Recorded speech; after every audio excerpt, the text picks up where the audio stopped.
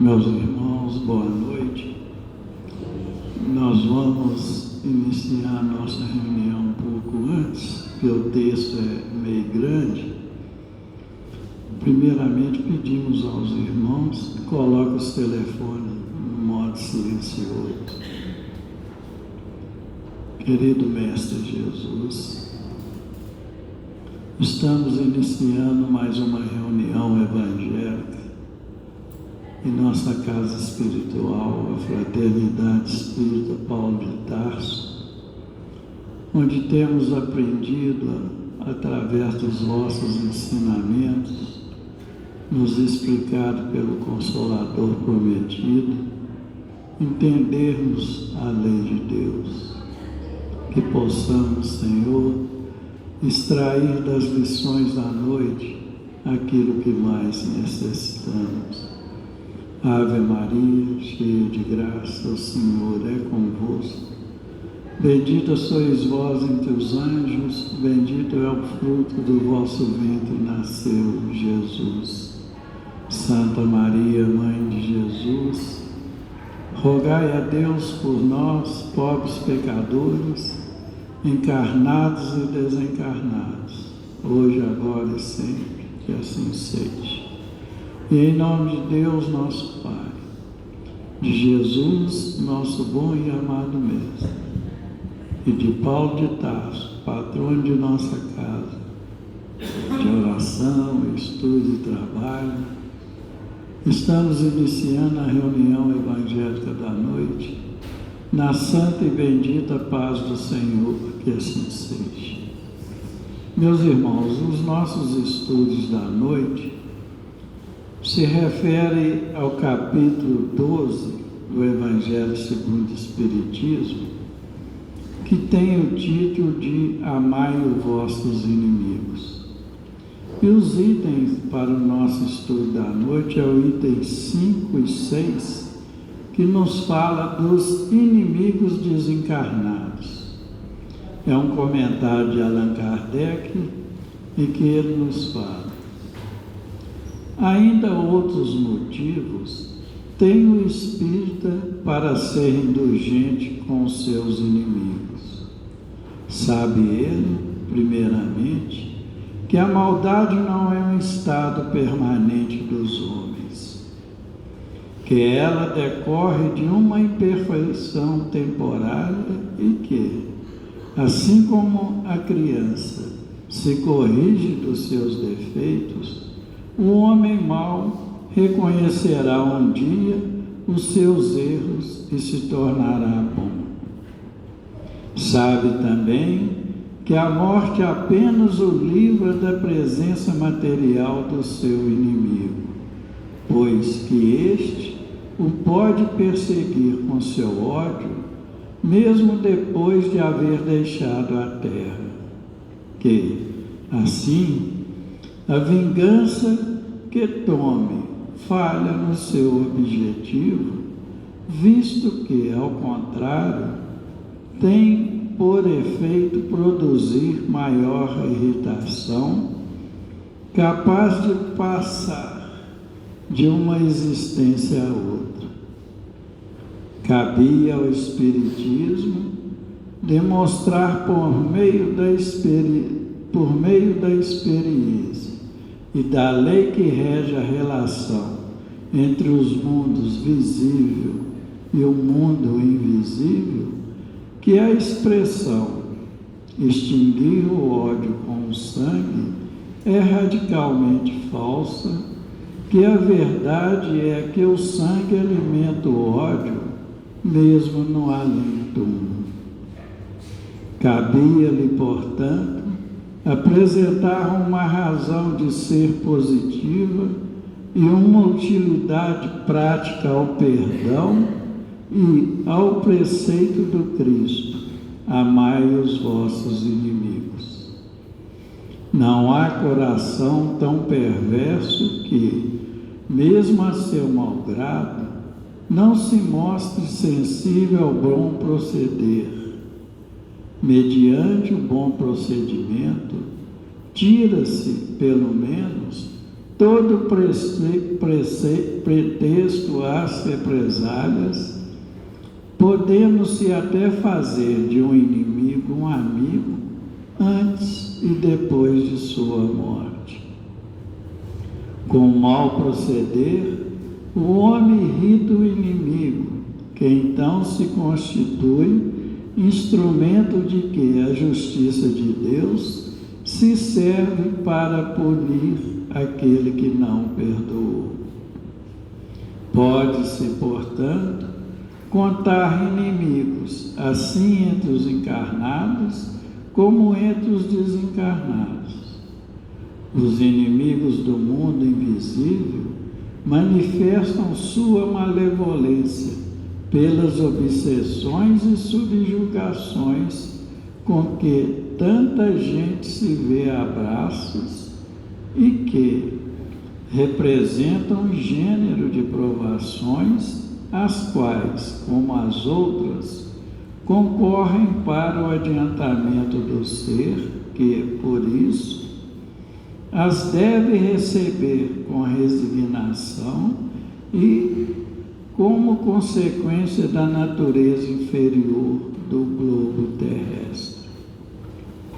Se não houvesse homens maus na terra, não haveria espíritos maus ao seu derredor. Se, consequentemente, se deve usar de benevolência com os inimigos encarnados, do mesmo modo deve proceder com relação aos que se acham desencarnados.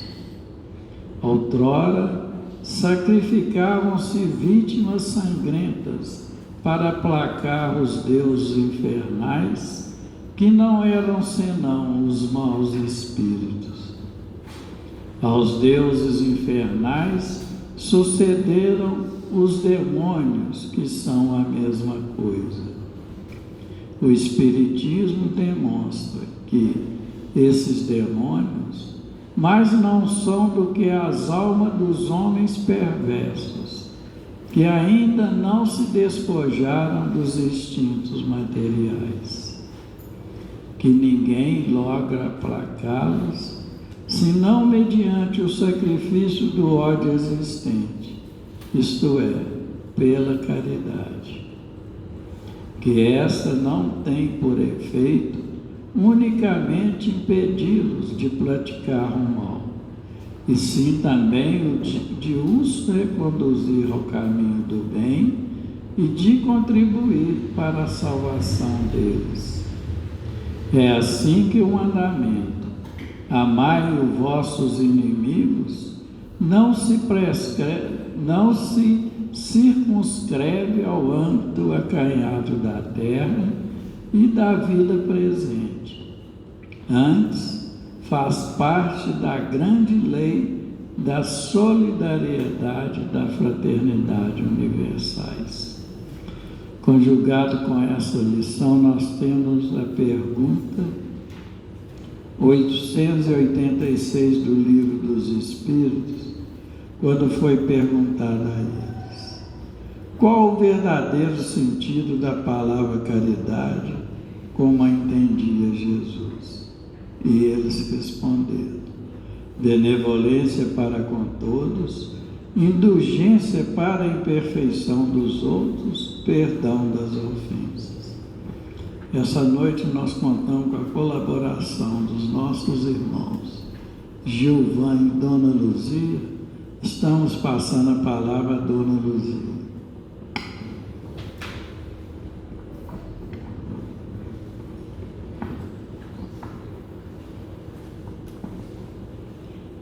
Meus irmãos, minhas irmãs, meus amigos, estamos aqui hoje então para estudar, dar continuidade ao estudo do capítulo 12 do Evangelho segundo o Espiritismo, pedindo a Jesus para nos fortalecer, trazer até nós o discernimento para que a gente possa aproveitar ao máximo o nosso estudo.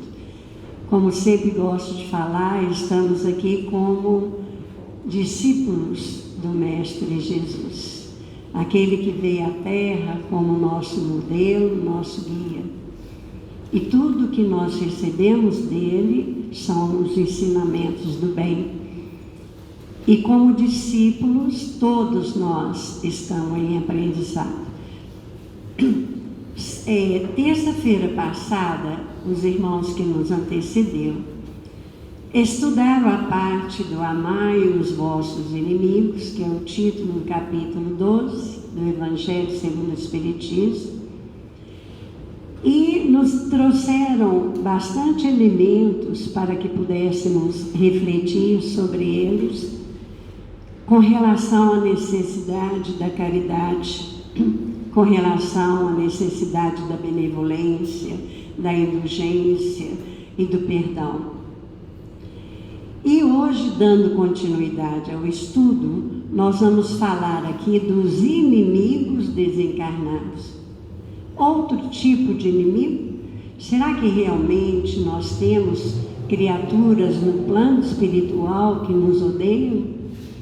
Então Kardec vai dizer para nós assim: quando Jesus nos enviou o Consolador prometido, quando nós recebemos a doutrina dos Espíritos, ela veio com uma missão. A missão de trazer a verdade, de ampliar os nossos conhecimentos. Até então, antes dela chegar, nós conhecíamos o quê? Demônios, né? Conhecíamos Satanás, aqueles que levavam e faziam de tudo para levar a humanidade à derrocada. Mas então o Espiritismo chega e clareia os nossos entendimentos. Abre uma nova percepção de vida, de entendimento com relação à sequência da vida, essa vida abundante que Jesus nos havia e nos ha prometido há mais de 2000 anos. Eu sou o caminho, eu sou a verdade, eu sou a vida, e ninguém chegará ao Pai se não for por meio de mim. Então, meus irmãos, ele envia para nós um Consolador. Esse Consolador chega até nós, nos trazer através dos ensinamentos dos espíritos superiores, que, como o próprio Jesus nos diz, são as estrelas do céu, que caem, que correm por todo o universo, a levar, a trazer aos homens o ensinamento divino, a tirar a escama dos olhos daqueles que ainda estão cegos com relação à sua própria essência, que é a essência espiritual. Então Kardec inicia o item 5 da seguinte forma: ainda outros motivos tem o espírita para ser indulgente, para ser tolerante com os erros alheios. A indulgência é uma daquelas maravilhas que surgem dentro da caridade.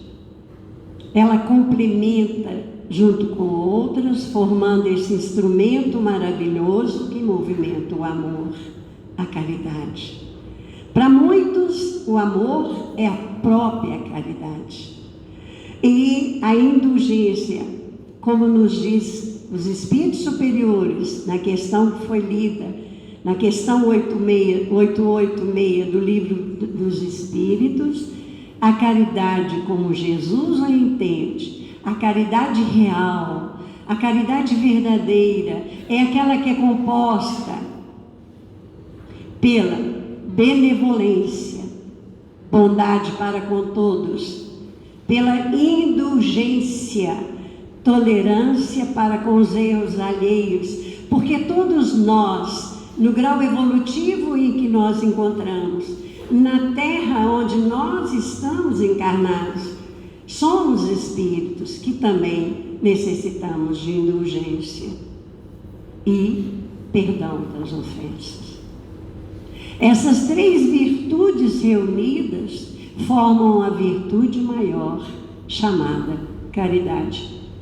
Então, por isso, esse é um dos motivos que o espírita tem para ser caridoso com seus inimigos. Por quê?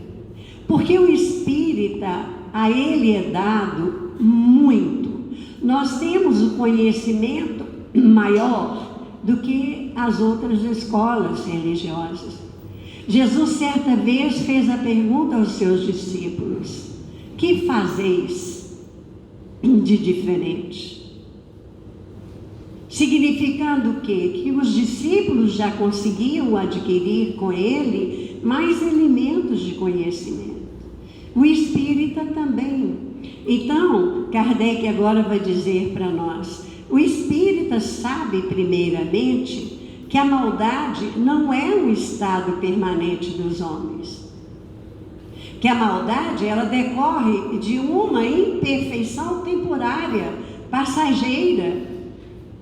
E ele ainda faz uma comparação. Uma criança, no seu período de infância, ela vai aprender muito e vai corrigir ainda os seus defeitos. O homem mau também corrigirá os seus. Não importa quanto tempo leve, é a lei de progresso. O espírito aprende as leis de Deus, e uma das leis é a lei do progresso. É a lei de evolução. Na criação de Deus, nada fica sem evoluir. E nós vamos evoluir um dia. Só vai depender de nós andar mais rápido ou menos rápido. Nós somos imortais. Então, Deus nos aguarda.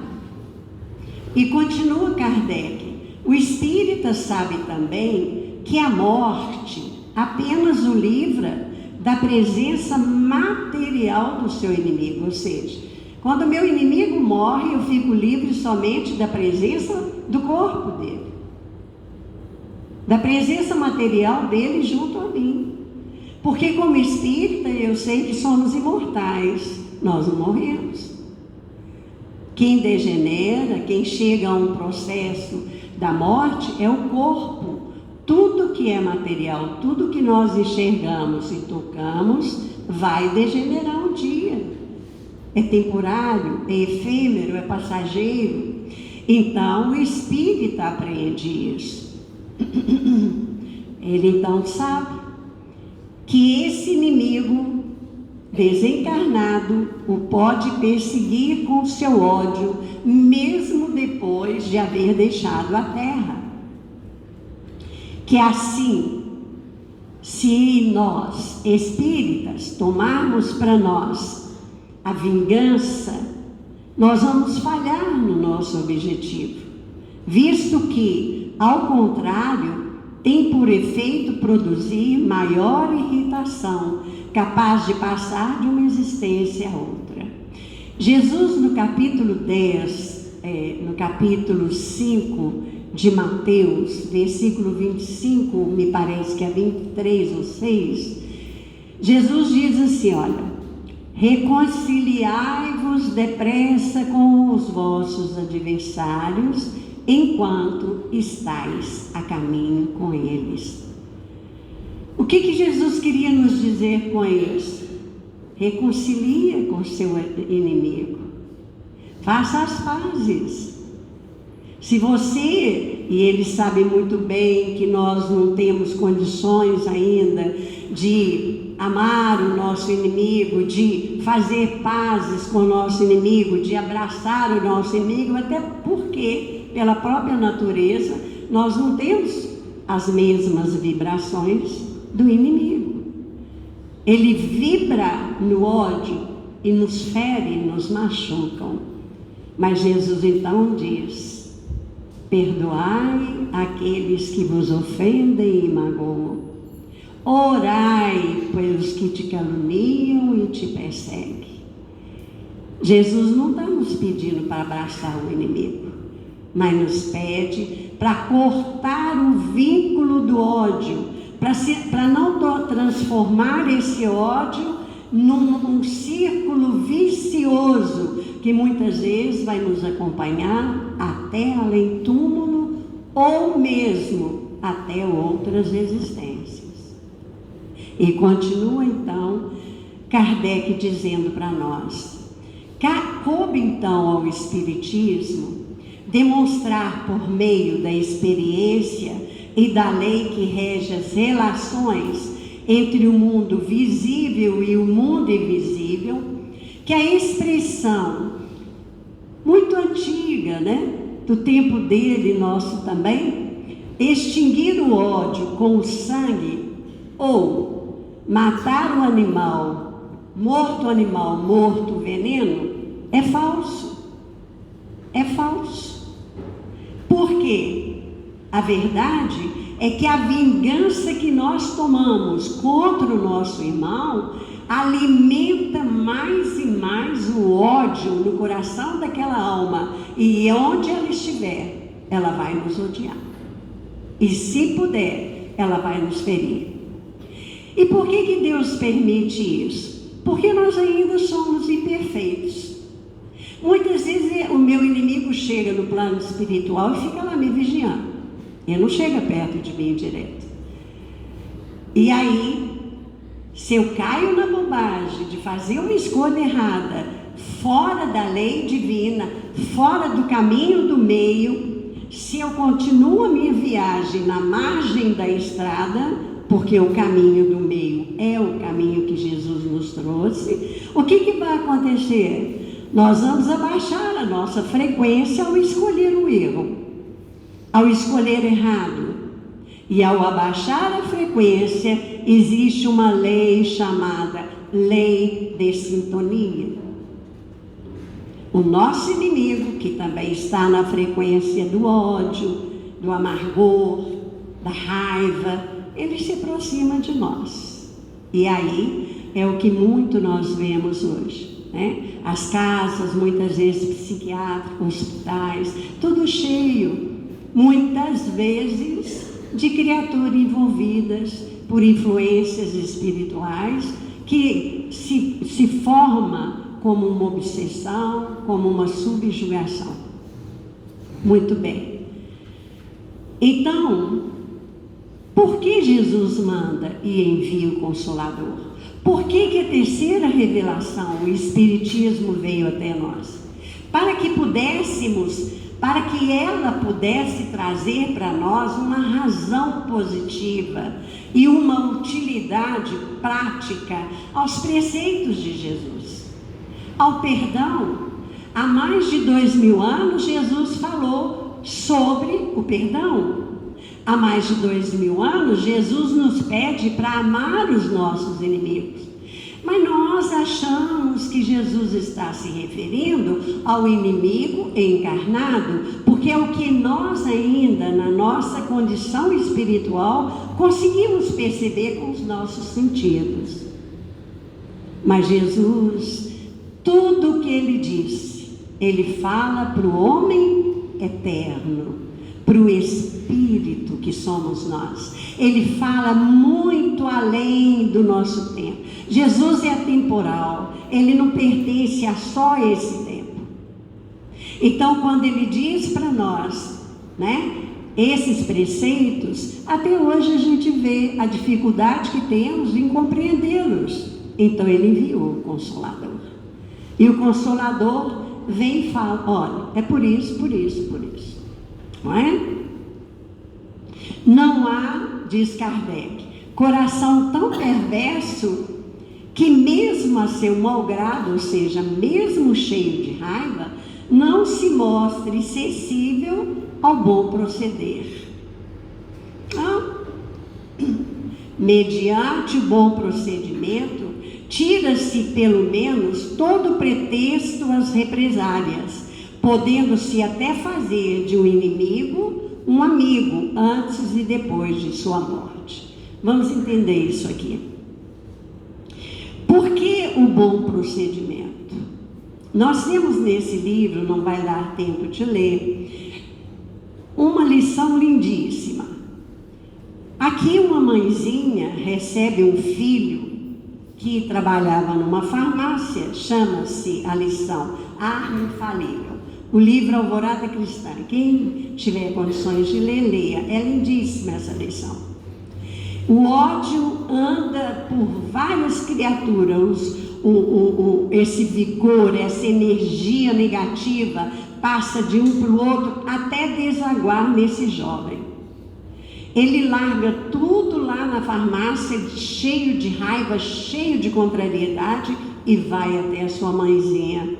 E ali ele chega em casa já quebrando tudo, já brigando com a mãe, já falando que ela era culpada, e despeja sobre ela toda aquela energia negativa. E ela caladinha, ouvindo. E interessante que Neio Lúcio fala assim, como um pote de mel recebendo pedradas, né? Ou seja, o mel, a consistência dele não deixa as coisas descerem rapidamente. Então as pedras vão descendo suavemente e ela silenciosamente ouve o filho. Quando ele desabafou, ela abraça e com aquele amor que ela tinha por ele, então ela conversa, você está certo, meu filho, você trabalha muito, você está cansado, e todo aquele amor que transbordava ali, vamos fazer uma prece. E aí ele então desarma, ele tira do coração aquela energia. É claro que nós não vamos sentir pelo nosso inimigo um amor de mãe, né? Porque eu acho que o amor mais sublimado na terra é o amor de mãe. Claro que nós não vamos sentir esse amor por nosso inimigo. Mas quando há uma agressão a nós devemos nos comportar bem como? Através do silêncio. Silenciarmos, mas silenciarmos por inteiro. Fechar a nossa boca. Tomar cuidado com as expressões do nosso rosto, porque o nosso rosto mostra o que nosso coração passa. Serenizar o nosso coração e olhar para aquela criatura com piedade, com indulgência, vendo ali uma pessoa destemperada, enferma. Porque não há motivo de agressões, mas ele está me agredindo. O que vai acontecer naquele momento? Ele vai parar. Ele vai falar, ué, eu estou falando essa quantidade de coisa e ela não está dando troco. Ele vai refletir sobre aquilo.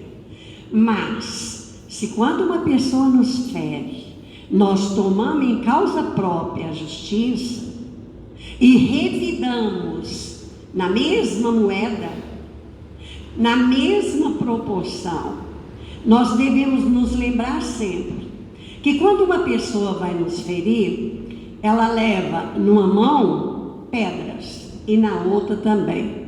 Essa outra mão de pedra são as represálias que virão. Então ela joga a primeira pedra, eu devolvo na mesma altura, na mesma posição, e ela aproveita que ela está com a outra cheia de pedra para a represália. E aí forma-se o ciclo vicioso do ódio.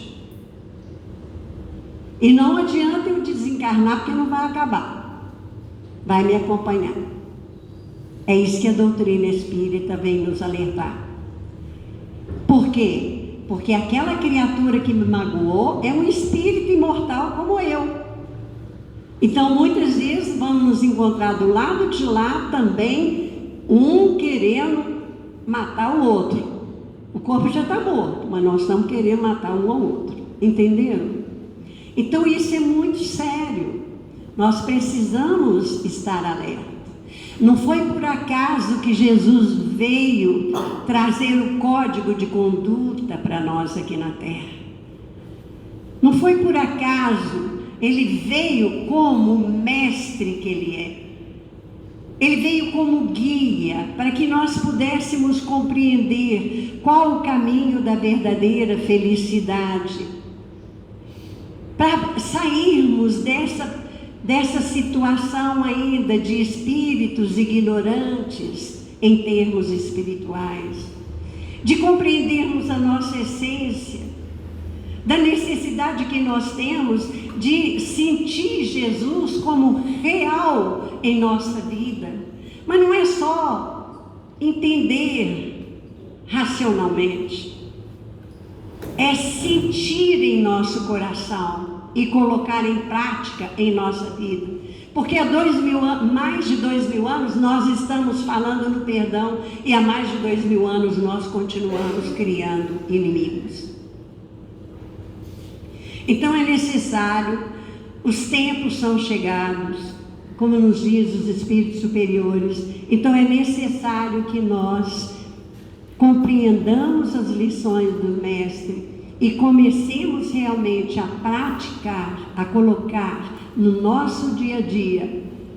Toda vez que nós olharmos para aquele que nos fere com vontade de responder à altura, façamos uma prece silenciosa, para que ele possa não achar em nós guarida para o seu destempero.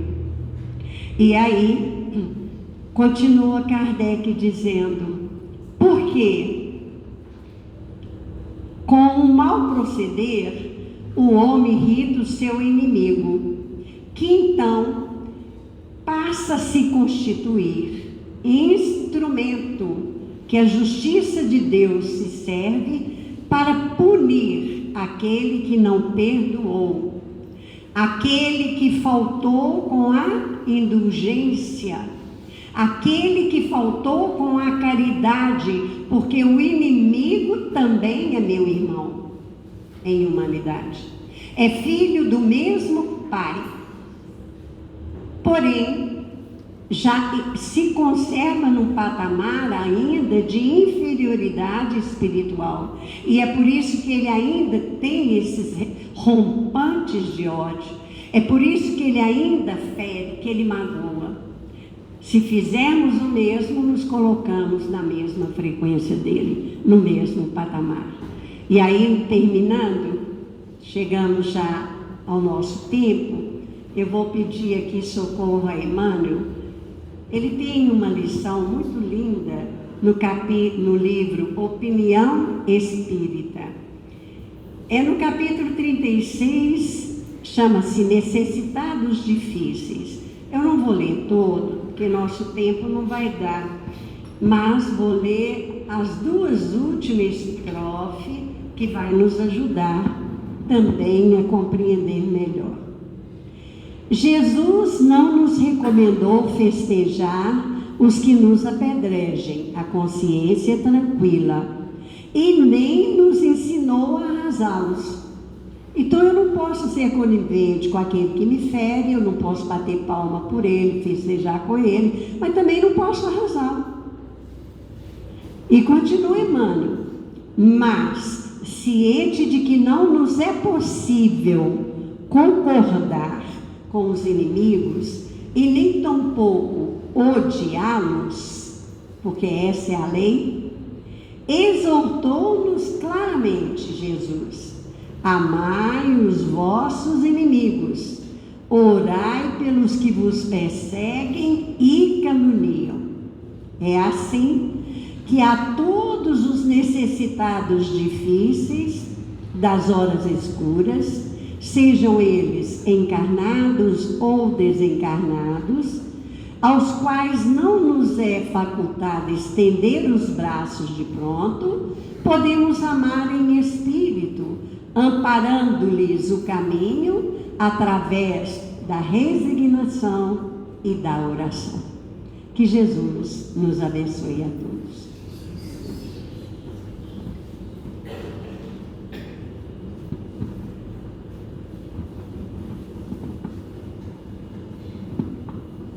Boa noite. Bom, vamos dar prosseguimento aos comentários já iniciados pela nossa irmã Dona Luzia, rogando a Jesus que continue nos amparando, nos abençoando, nesses esforços de aqui nos encontrarmos reunidos em seu nome, para estudarmos o seu Evangelho. E já aprendemos aqui que o mandamento amai os vossos inimigos não significa que devamos sentir e agir da mesmíssima forma com que reagimos, né, com que sentimos os nossos amigos, com aquelas pessoas queridas, aqueles com quem nutrimos simpatia, confiança, carinho. Allan Kardec, no item 3 deste capítulo, nos trouxe uma lição magistral, demonstrando as balizas desse mandamento, dizendo que amar os inimigos é não guardar ódio, não guardar ressentimento, rancor, desejo de vingança, é pagar o mal com o bem, é não impedir uma reconciliação, não falar mal da pessoa, dentre outras diretrizes ali que o codificador delineou nesse item, que é um item muito valioso para todos nós. E essa compreensão, esse real significado do mandamento amai os inimigos, acaba com aquela visão equivocada de que é um mandamento impossível de ser praticado. É impossível se formos pensar que amar um inimigo é o mesmo que amar um amigo, e nós já aprendemos que não é. Isso vai contra as próprias leis físicas da natureza, a lei de assimilação e repulsão de fluidos, além também da lei de conservação, que é uma lei divina, uma lei moral que está lá no Livro dos Espíritos, na questão 702, onde a espiritualidade superior fala que é um instinto natural de todos os seres vivos, qualquer que seja o seu grau de inteligência, sendo nuns puramente maquinal e em outros raciocinado. Então, todos os seres possuem esse instinto de autodefesa, de conservação. E se é uma lei divina, é uma lei perfeita e imutável, de maneira que precisamos então interpretar o mandamento de acordo com essa lei. E foi o que a doutrina espírita fez, jogando as luzes do raciocínio, da lógica sobre esse mandamento, explicando então o que consiste o amar os vossos inimigos. Da mesma forma, o Espiritismo fez com relação à reencarnação, com relação à mediunidade, a própria obsessão que estamos estudando aqui hoje, a definição de céu e inferno. Tudo isso o Espiritismo veio ampliar os nossos horizontes, a nossa compreensão. Nesse sentido, meus irmãos, é importante a gente salientar, para contextualizar então esse ensinamento do Mestre, que o amar os vossos inimigos foi proferido por ele no Sermão do Monte, no Sermão das Bem-aventuranças, onde o Mestre proclamou ali as virtudes, que são necessárias para nós alcançarmos a nossa felicidade, a nossa evolução. E já sabemos que ao vivenciarmos os ensinamentos de Jesus, já é possível obter desde já uma felicidade relativa, aquela felicidade que é possível de ser usufruída aqui na Terra, no mundo ainda de provas e expiações. Jesus, como nosso modelo e guia, ressaltou diversas vezes a importância da misericórdia, da indulgência, do perdão e da reconciliação com os adversários, nos dizendo que são medidas que devem ser buscadas por nós o tempo todo, sempre. Isso porque somos criaturas imperfeitas, e não será nessa encarnação que iremos alcançar a perfeição. Então, foi nesse sentido em que Jesus, ao responder Simão Pedro, disse que não devemos perdoar os nossos irmãos apenas 7 vezes, mas 70 vezes 7 vezes, ou seja, ilimitadamente. E somos nós mesmos quem vamos definir a régua pela qual seremos medidos.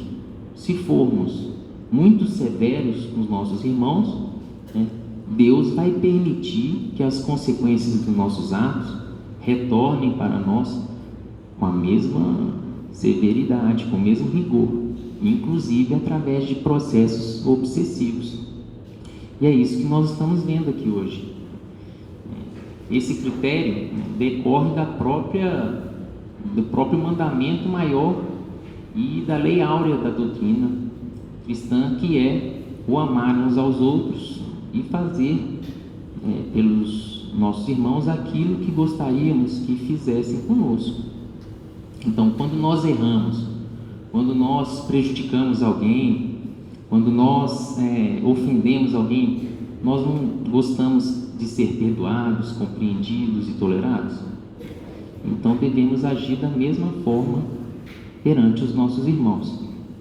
E no aspecto da reconciliação com o adversário, o Cristo traçou algumas diretrizes. Se contra vós pecou o vosso irmão, ide fazer-lhe sentir a falta em particular, a sós com ele. Se vos atender, terei ganho o vosso irmão. E reconciliai-vos o mais depressa possível com o vosso adversário, enquanto estáis com eles a caminho. Então Jesus nos orienta a buscar essa reconciliação com os nossos adversários de forma caridosa, discreta, sincera, o mais depressa possível, para evitar esses processos obsessivos, esses ciclos viciosos de ódio, de vingança, que podem nos acompanhar aí ao longo de várias existências. E como governador da terra, nosso modelo e guia, o mestre não se limitou a nos ensinar, ele exemplificou de forma sublime, no sacrifício ali da cruz, o seu amor, a sua misericórdia, perdoando a todos nós, dizendo a Deus para que nos perdoasse, porque não sabíamos o que estávamos fazendo. Mas coube então ao Espiritismo aprofundar nesse tema e expandir os nossos horizontes, a nossa compreensão, nos dizendo então que o perdão possui inúmeros benefícios, tanto de ordem material como de ordem espiritual. A pessoa, enquanto encarnada, já consegue gozar de um estado de espírito, de uma paz que lhe traz leveza, felicidade, alegria, e evita inúmeros problemas, inclusive na convivência com encarnados e com desencarnados. E por outro lado, o que acontece com quem é rancoroso, quem é vingativo? Acaba atraindo para si pessoas e situações indesejáveis, em decorrência da lei de causa e efeito, da lei de sintonia, da lei de atração, a cada um segundo as suas obras. A própria ciência já nos demonstra os inúmeros benefícios do perdão para a nossa saúde física e mental. Terça-feira passada, nosso irmão Euler trouxe aqui um artigo científico demonstrando o poder do perdão no nosso organismo. Nós já sabemos que tanto a origem, a causa, como a cura das enfermidades nascem do espírito, nas nossas emoções e nos nossos pensamentos. E do ponto de vista moral, os efeitos do perdão e da reconciliação com os adversários ocorrem na exata medida em que seremos perdoados conforme perdoamos. E cada vez que exercitarmos essa virtude, a misericórdia, o perdão, nós estaremos aí subindo um pouquinho, um degrau na escala evolutiva, progredindo, evoluindo, nos tornando um pouquinho mais puros. Estamos ainda muito distantes da depuração, mas a gente vai caminhando. Então a misericórdia, o perdão, a reconciliação com os adversários são componentes importantíssimos para a nossa evolução espiritual. Podemos afirmar que são atitudes imprescindíveis. Se não perdoarmos, nós não iremos evoluir. Não tem como. É essencial, é de fundamental importância. E não temos nenhuma dúvida de que a presença de inimigos, de adversários, em nossas vidas causa inúmeros prejuízos. Na família, no trabalho, na vizinhança, nós sabemos o tanto que pode ser prejudicial estar ali no convívio com pessoas que querem te prejudicar de alguma forma. Imagine no ambiente de trabalho, alguém que está querendo ali puxar o seu tapete o tempo todo. Isso aí pode gerar graves consequências. E se já é prejudicial, a gente nutrir irmãos adversários encarnados, imaginemos nutrirmos adversários desencarnados. O tanto que isso é sério. Inteligências invisíveis que estão ali ao nosso lado, trabalhando incessantemente para nos destruir. Isso é muito grave. E, em se tratando de processos obsessivos, nenhuma crença, nenhuma doutrina, nenhuma religião, filosofia estuda e compreende melhor esse fenômeno do que o Espiritismo. O Espiritismo foi fundo na obsessão.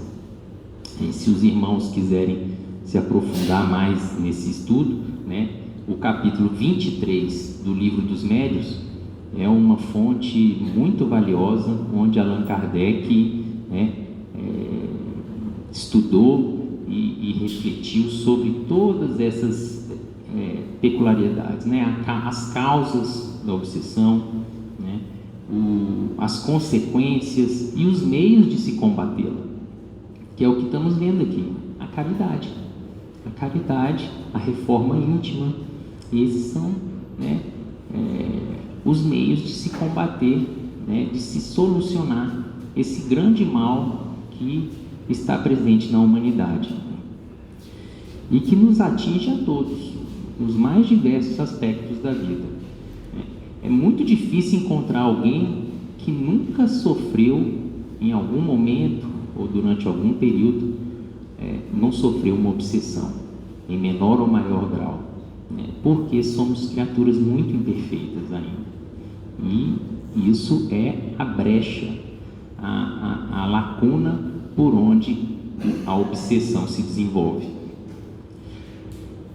E ao descortinar as realidades espirituais, o Espiritismo então nos ajuda a identificar esses fatores e traz as soluções, de forma que, resumidamente, podemos dizer que num processo obsessivo nunca existe uma pessoa que é só vítima e a outra é só o algoz. É uma via de mão dupla, onde ambas as partes, e às vezes pode ser até uma obsessão coletiva, existe ali um sentimento que é um retroalimentado. Uma vez você está na posição de vítima, na outra vida você está na posição de algoz, e esse ciclo vicioso vai se perpetuando enquanto nós não começarmos a combatê-lo com o perdão, com a indulgência, com essa mudança de atitude. Foi por isso que Jesus disse, digo-vos em verdade, que daí não saireis enquanto não houverdes pago o último cêntimo. O Mestre estava nos dizendo que enquanto nós não nos harmonizarmos, não entrarmos em paz com os nossos irmãos, nós iremos ficar nesses processos aí obsessivos, reencarnando diversas vezes no mundo de provas e expiações, buscando sair dessa situação.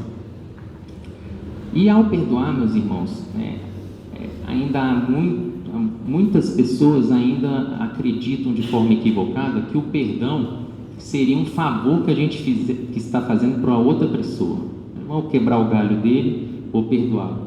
Quando na verdade o perdão beneficia, em primeiro lugar, a nós mesmos.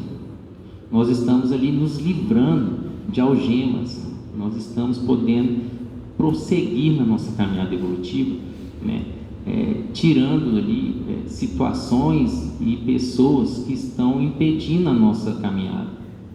Só que quando a gente perdoa, também está beneficiando esses irmãos, porque ele, ao ver a nossa mudança de conduta, o nosso comportamento mais caridoso, eles também são influenciados e passam a buscar também a sua própria melhoria. De forma que, ao retirarmos o rancor, o ressentimento dos nossos corações, atraímos a simpatia de bons espíritos e ganhamos créditos aí perante a justiça divina. Quem assim procede, nos ensina Kardec, põe de seu lado o bom direito, e Deus não consente que aquele que perdoou sofra qualquer vingança. Então, num ciclo vicioso aí de ódio e de vingança, aquele que perdoa primeiro, que se liberta desse sentimento, ele passa a ficar livre para seguir na sua jornada. E Deus não permite que esse que perdoou seja alvo de perseguição por parte daquele irmão que ainda não se libertou do ódio. A vida então é mais leve, é mais fácil, é mais feliz para quem perdoa. Motivo pelo qual devemos fazer o máximo para transformar inimigos em amigos. E só tem uma forma de fazer isso, perdoando e buscando a reconciliação. Foi por isso que Emmanuel disse que quem ajunta amigos amontoa amor, e quem amontoa amor acumula poder, porque o amor é a força mais poderosa do universo. E nós temos as leis divinas operando em nosso favor, porque quando você decide perdoar e se reconciliar, as leis de Deus, elas trabalham exatamente para nos impulsionar nesse sentido, especialmente a reencarnação. Nós fazemos planos de voltar juntos no mesmo contexto familiar, no mesmo ambiente de trabalho, exatamente com aquelas pessoas com quem temos dificuldades. Então a lei de reencarnação e todas as leis divinas trabalham para favorecer essa medida. Precisamos então nos recordar que todos os ensinamentos do Cristo são destinados ao espírito imortal que somos. Paulo de Tarso, nosso patrono, disse em sua primeira carta aos Coríntios, capítulo 1, versículo 18: porque a palavra da cruz é loucura para os que perecem, mas para nós que somos salvos é o poder de Deus. Meus irmãos, os que perecem na carne são os materialistas, os incrédulos, os descrentes, que não conseguem enxergar as realidades espirituais e não conseguem então entender o valor do perdão. Eles acham que é loucura isso, perdoar, renunciar ao seu ego é loucura, e muitas vezes ali com o orgulho inflado, com esse sentimento de descrença, buscam a vingança, achando que vão resolver o problema, quando na verdade estão aumentando o problema, fazendo com que o problema se prolongue e aumente. Somos nós então, os cristãos, que temos que dar o primeiro passo, porque nós já temos essas diretrizes, nós já sabemos que por sermos espíritos eternos, esse adversário não vai sair da nossa companhia pelo simples fato de ter desencarnado. Muito pelo contrário, ele vai nos acompanhar. E nós sabemos que se ele está ali, buscando essa vingança, é porque de alguma forma nós provocamos ou atraímos isso. Nós espíritas sabemos que não há espaço para vitimismo, A justiça divina é perfeita. Se nós estamos sofrendo um processo obsessivo, nós temos culpa, alguma parcela de culpa ali. Nós demos brecha de alguma forma. E o passado, o presente e o futuro são solidários. Nós estamos o tempo todo colhendo os frutos do passado e semeando para o futuro. De forma que, enquanto a Terra for um planeta de provas e expiações, o mal estará aqui presente, inclusive na forma de obsessão, e nós temos que acolhê-lo com resignação, com paciência e como oportunidade de elevação espiritual. Não se apaga de forma alguma o fogo com mais fogo. Isso é uma ilusão.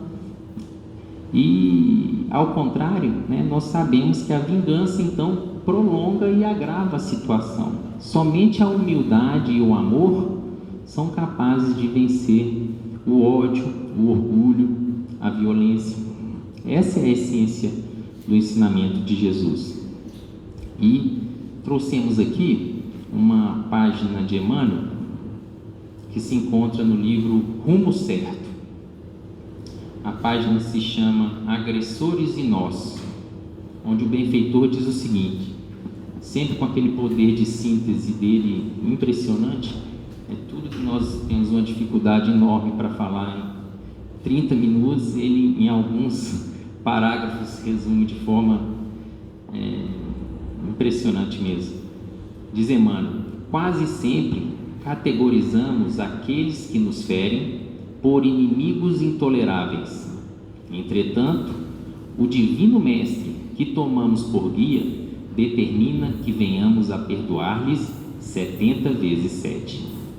Por outro lado, as ciências psicológicas da atualidade terrestre nos recomendam que é preciso desinibir o coração, livrando-o de quaisquer ressentimentos, e estabelecer o equilíbrio das potências mentais, a fim de que a paz interior se nos expresse por harmonia e saúde. Como, porém, executar semelhante feito? Essa é a questão, Compreendendo-se que o entendimento não é fruto de meras afirmativas labiais, falar é fácil, colocar em prática é que é difícil. Reconhecemos que o perdão verdadeiro, aqui que é o ponto, amigos, exige operações profundas nas estruturas da consciência. Se a injúria nos visita o cotidiano, pensemos em nossos opositores na condição de filhos de Deus, tanto quanto nós. Porque Dona Luzia aqui já ressaltou, E situando-nos no lugar deles, analisemos o que estimaríamos receber de melhor das leis divinas se estivéssemos em análogas circunstâncias. À luz do novo entendimento que nos reportará dos recessos da alma, observaremos que muito dificilmente estaremos sem alguma parcela de culpa nas ocorrências desagradáveis de que nos cremos vítimas. Recordaremos em silêncio os nossos próprios impulsos infelizes, as sugestões delituosas, as pequenas acusações indébitas e as diminutas desconsiderações que arremessamos sobre determinados companheiros, até que eles, sem maior resistência diante de nossas provocações, caem na posição de adversários perante nós. Aqui é aquele ponto que ressaltamos, de que no fundo não existe vítima, é uma estrada de mão dupla. Efetuando o autoexame, não mais nos permitiremos qualquer censura, e sim proclamaremos no coração a urgente necessidade de amparo da misericórdia divina em favor deles e a nosso próprio benefício. Então, diante de qualquer agressor, encarnado e desencarnado, não mais diremos no singular, eu te perdoo, e sim reconheceremos a profunda significação das palavras de Jesus na oração dominical, ensinando-nos a pedir a Deus desculpas para as nossas próprias falhas, antes de as rogar para os nossos ofensores. E repetiremos com todas as forças do coração: perdoai, Senhor, as nossas dívidas, assim como perdoamos a dos nossos devedores. Então, meus irmãos, se quisermos encurtar a nossa caminhada, até Jesus, até o nosso Pai Celestial, devemos então nos esforçar para colocar em prática as suas lições, sabendo compreender que maior glória advém em ser ofendido do que ofender, em suportar pacientemente uma injustiça do que praticar a injustiça. Devemos guardar a fé na justiça de Deus, lembrando sempre em colocar a vida espiritual em primeiro lugar, para superarmos essas ofensas e essas dificuldades. Que Jesus nos abençoe a todos.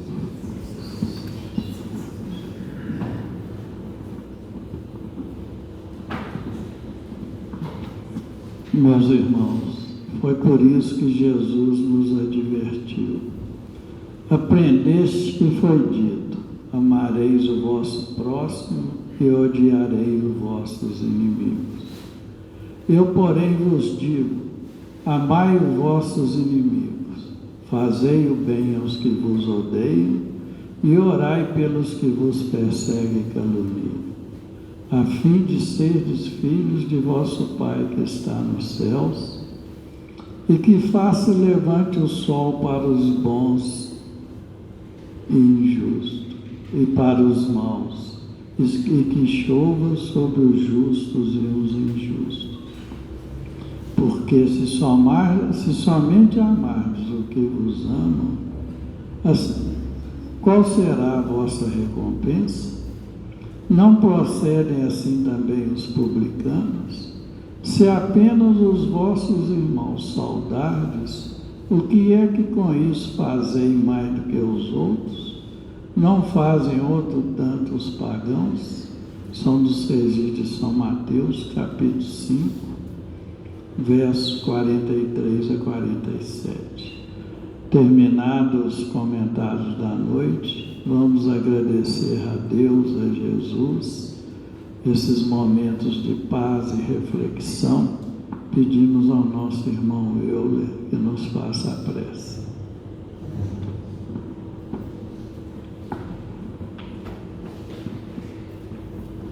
Meu Senhor, sábio dos sábios, Pai de toda a criação, põe a doçura em meus lábios e a fé em meu coração. Sol de amor que me conduz na vida em que me agasalho. Enche os meus olhos de luz e as minhas mãos de trabalho. Dá-nos força, dai-me força nos caminhos para lutar e vencer, transformando todo espinho em flores do meu dever. Pai, não se esqueças de mim nas bênçãos da compaixão. Guarda-me em teu coração de paz e amor sem fim. E com esta rogativa, nós agradecemos as bênçãos desse estudo abençoado dessa noite, que nos encoraja a termos forças para exercitar o perdão em nossas existências. Jesus, nosso mestre amado, nosso mestre querido, nosso mestre bondoso, nos ensinou a necessidade de amarmos uns aos outros. Nos demonstrou de maneira muito clara que a marcha da humanidade rumo ao progresso depende fundamentalmente do exercício desse seu ensinamento que retrata, mais do que nunca, as leis de Deus. Que possamos refletir ao longo das nossas vidas, especialmente naqueles instantes mais desafiadores, onde somos chamados aos testes que põem à prova as nossas convicções, que põem à prova a nossa fortaleza, que põem à prova a nossa fé, nós possamos sair vencedores, compreendendo que mesmo naqueles instantes em que nós aparentemente temos razão, é fundamental que busquemos prioritariamente a paz. A doutrina espírita nos ensina o exercício do diálogo, da conversa, da capacidade de ouvirmos mais e melhor os nossos irmãos, nos demonstrando que a verdadeira caridade consiste, como vimos no estudo dessa noite, exatamente na capacidade de sermos bons para com aqueles que ainda não conseguiram enxergar a vida da forma que Jesus e Kardec vêm nos ensinando. Dá-nos força, Jesus, para vencermos a nós mesmos. Que a vossa bondade e a vossa paz se espraiem sobre todos aqui presentes, sobre todos aqueles que se encontram em nossos lares, sobre os nossos irmãos que estão aqui hoje, participando dos nossos estudos na vida espiritual. Que os vossos emissários, consultando os nossos livros de radiações, possam levar até aqueles que sofrem o lenitivo, as bênçãos do refazimento, do amparo e da restauração de suas energias. Pedimos, Senhor, mais uma vez, em especial, para a nossa jovem irmã Ana Carolina, internada no CTI do Hospital Mater Dei. Que os amigos espirituais levem até ela, as bênçãos do conforto, as energias restaurativas, e para a sua família, o amparo e a fortaleza tão necessários nesses instantes difíceis. Que assim seja. E com essa prece, estamos dando por encerrados os estudos evangélicos da noite, na santa e bendita paz do Senhor, que assim seja. Os irmãos que forem receber o passe, pedimos que formem a fila.